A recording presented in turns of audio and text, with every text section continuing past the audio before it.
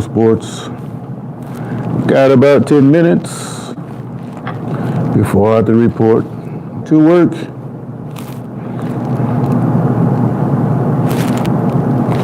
Which is fine with me, because soon it will be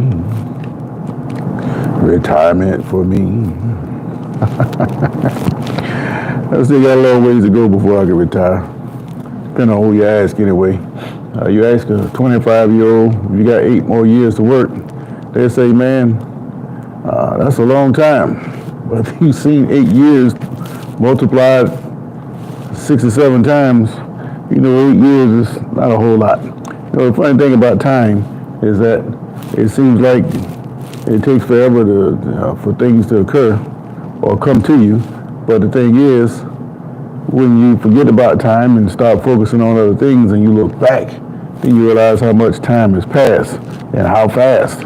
So 8 years, yeah, it could seem like a lot, but we know in the bigger scheme of things, it's not very much. This is Sports for Real with Coach Hall. I just had a few minutes to talk about this NIL thing. We know that it's great that college players can now make money off their image and likeness.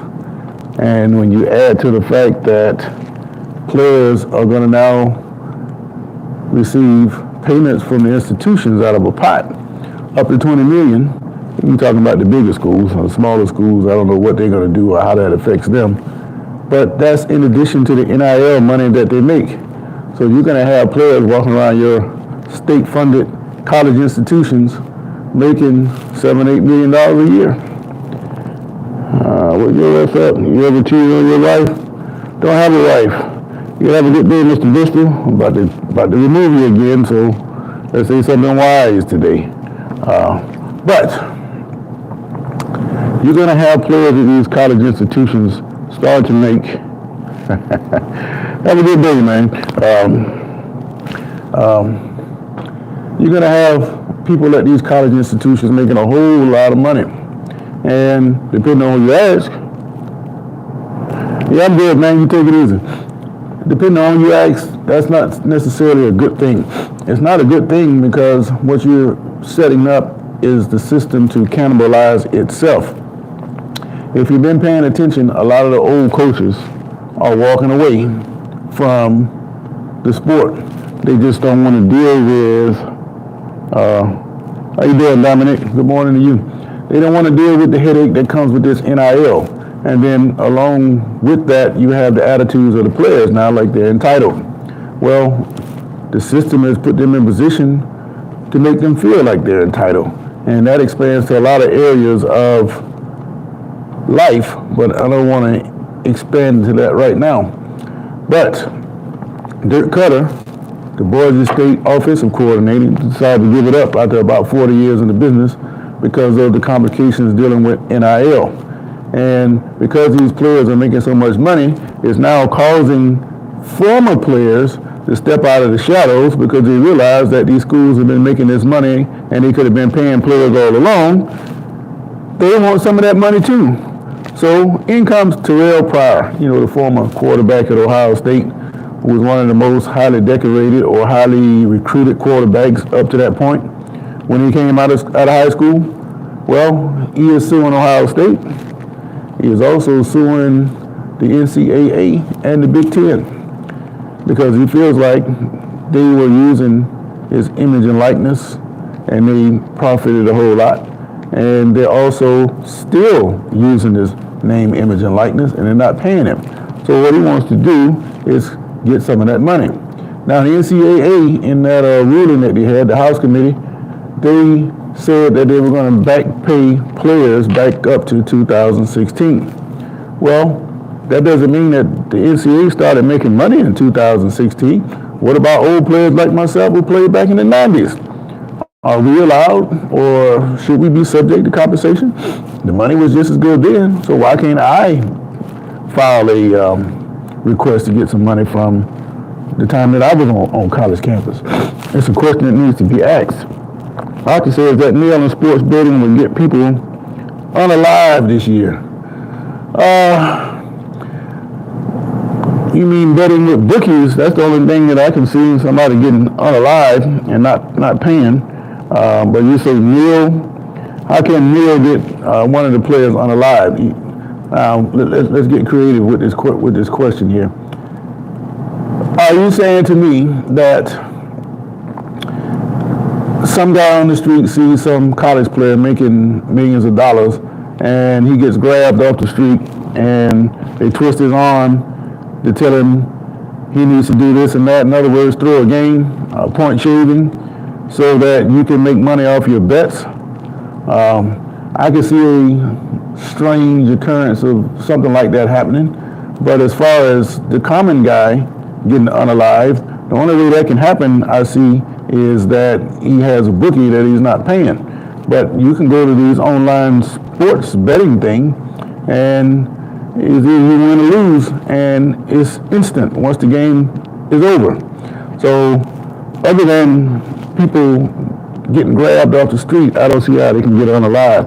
But Dominic says, NIL to me definitely real world college. These young cats get more money than some NFL players, so I really won't work as hard anymore to be the best or even care to make NFL anymore.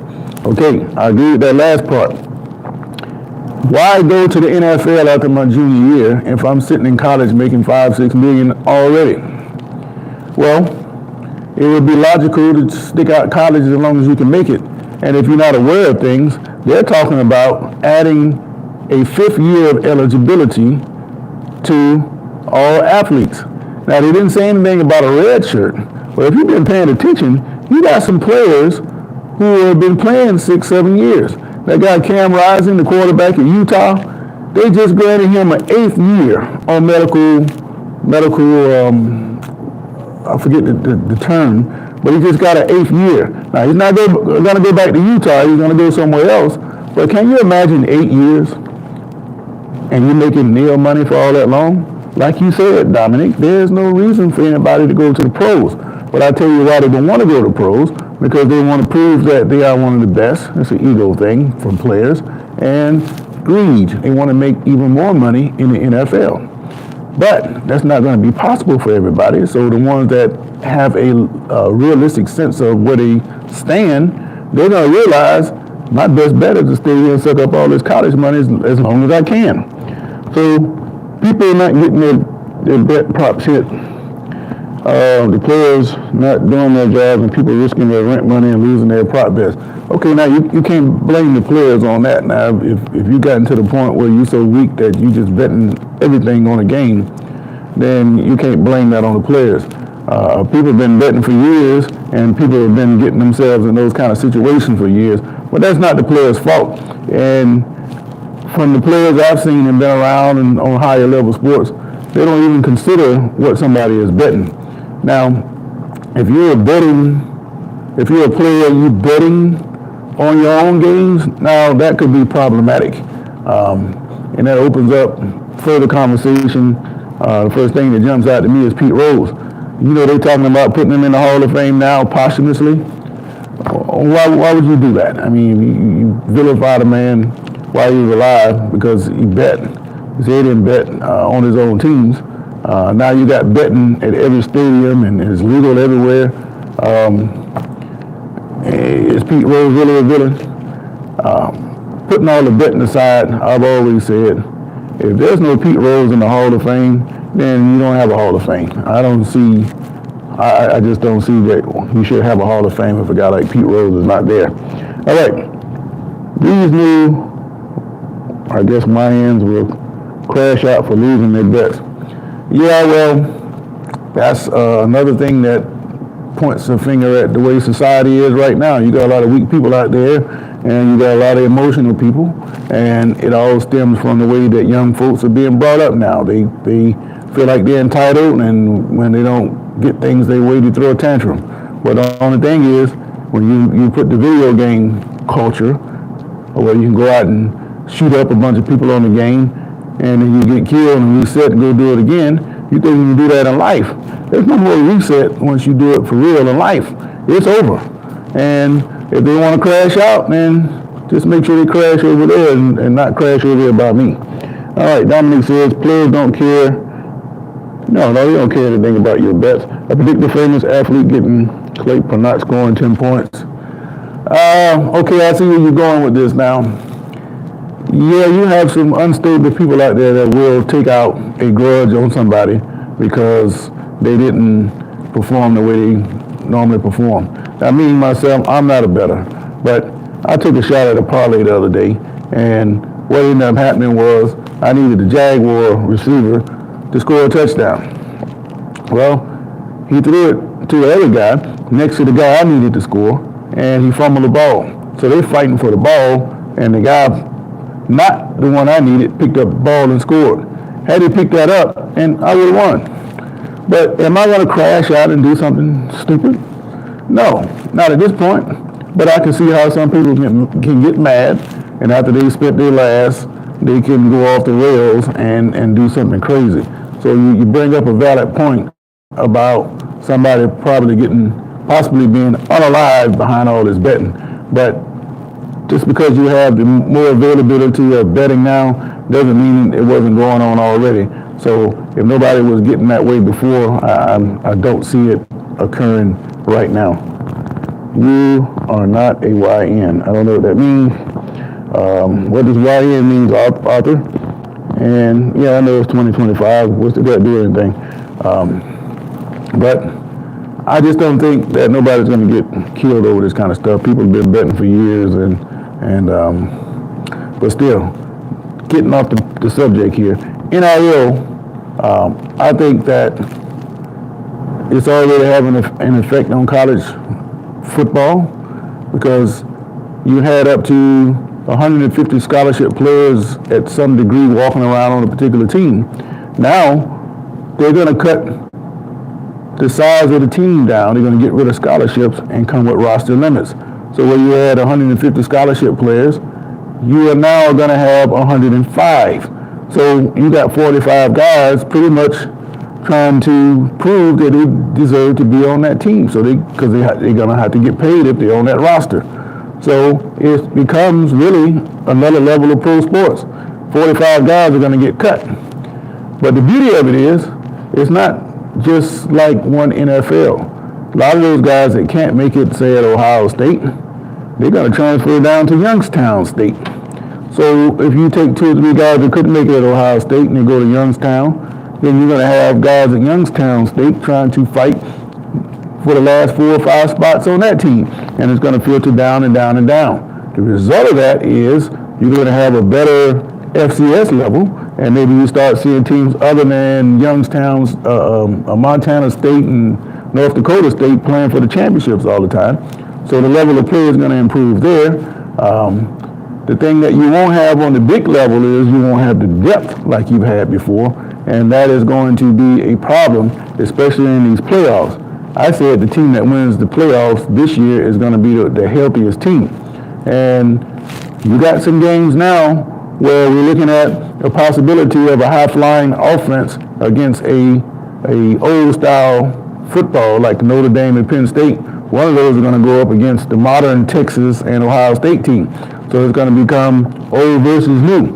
And I think there's going to be some injuries that occur over these next couple of weeks that's going to make the difference in those games. But I just think that, it's kind of difficult for teams to stay healthy when you have a limited number of players. And that is an effect of NIL. But if the colleges are making all this money, why not keep the 150 players and make sure you pay them? Well, what they're doing, they're streamlining like any other business. That's why it makes sense for a guy like Bill Belichick to go from the NFL down to college, because he's basically going to be doing NFL stuff on the NCAA level. That's what we've gotten to. So, is it going to change? I don't know. But the one thing is that Congress has not stepped in, and they haven't said anything about the way things are going.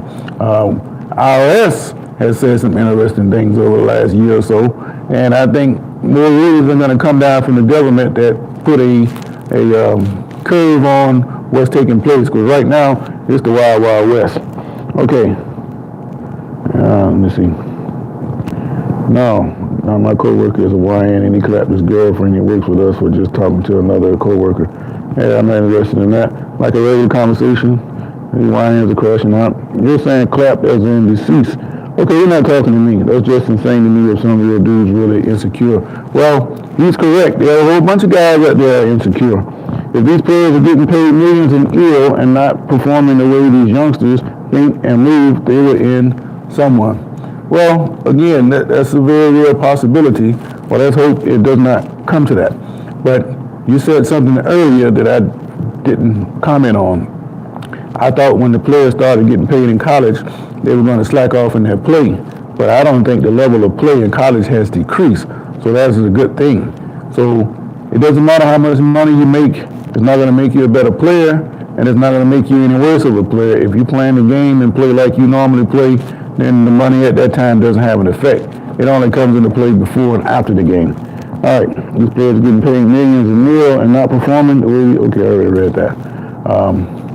Yeah, I'm going to come back on later on this afternoon and do a part 2 of this conversation because I see this is something that people want to talk about.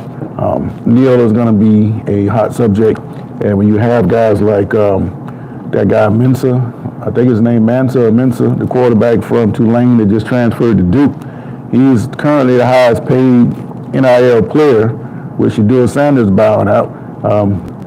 He just signed a 2-year deal worth $8 million to go play for Duke.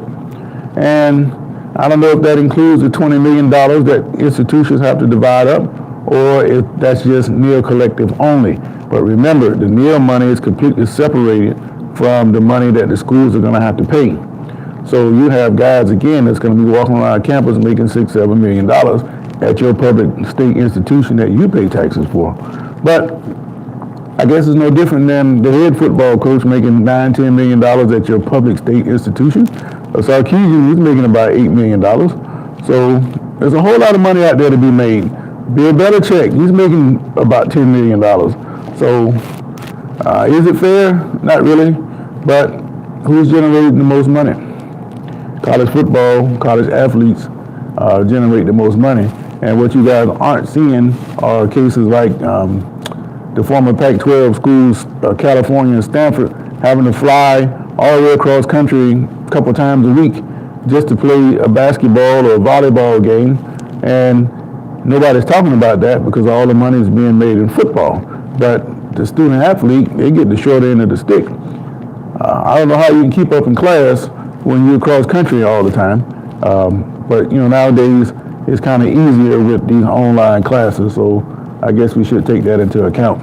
But there's some tough sledding out there for the sake of these athletes and athletics. So I guess you have to get in when you fit in and make it more advantageous to you, because it's definitely advantageous to these universities. All right, betting everywhere is too accessible. Yes, it is, but it's also hypocritical. Like I mentioned the Pete Rose thing, you got betting everywhere now. You can go in the bathroom and bet in some places, and it's going to get worse. And with these smartphones, you can bet anywhere, just like you said.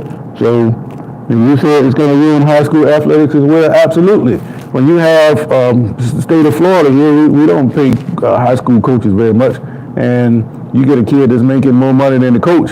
At some point, that kid, he's going to let the coach know he's making more money than him, and that's going to pretty much be a big problem, because I know I'll probably react to something like that, and you can't kick him off the team for something, what he said, that's not really disrespectful, but more truthful than disrespectful, but in a way it is disrespectful. So that's going to open up another can of worms, and if you're not going to pay the coaches, who's going to coach them, especially when you got more people that's paying, getting paid, and the coaches aren't getting paid. Okay, it's crazy in there receiving so much money. Think about it. You're 18, struggling, other kids are making millions, putting in the bet. Okay, I understand that. But tying that to NIL, you got some high school players, they're making more money than their parents, and the parents, they don't have to work anymore because the kid is now the breadwinner. Think about the discipline structure in the house at that point. If the kid is the one taking care of things in the house, that parent structure with the kid is not the same anymore. But it's a lot of things that to be discussed on this topic. But again, I'm going to have to slip out of here. I got to go to work. But I want to come back this afternoon, and we're going to pick this topic up probably about 5 o'clock. And I'll get some interesting comments here. Appreciate you, Arthur, D-Bone, 1110, and so Dominic on here, Arthur. Appreciate you guys chiming in with me.